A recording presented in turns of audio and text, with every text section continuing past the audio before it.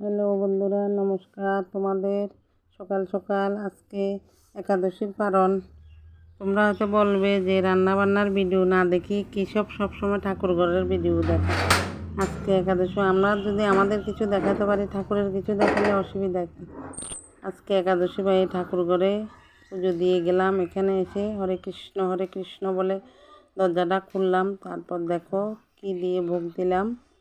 এখানে আজকে বাল্যভোগ দিয়েছি। এই দেখো বাল্যভোগ দিয়েছি।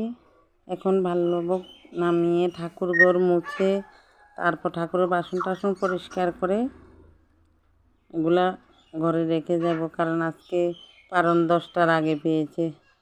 একাদশী করলে একাদশীর পর দিন পালন করতে হয়, না হলে এই একাদশী করে কোনো লাভ নেই।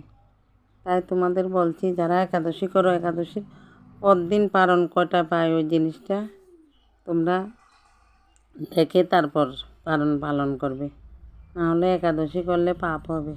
যদি আমি ভুল কিছু বলে থাকি তো কমেন্টে জানাবে। হরে কৃষ্ণ।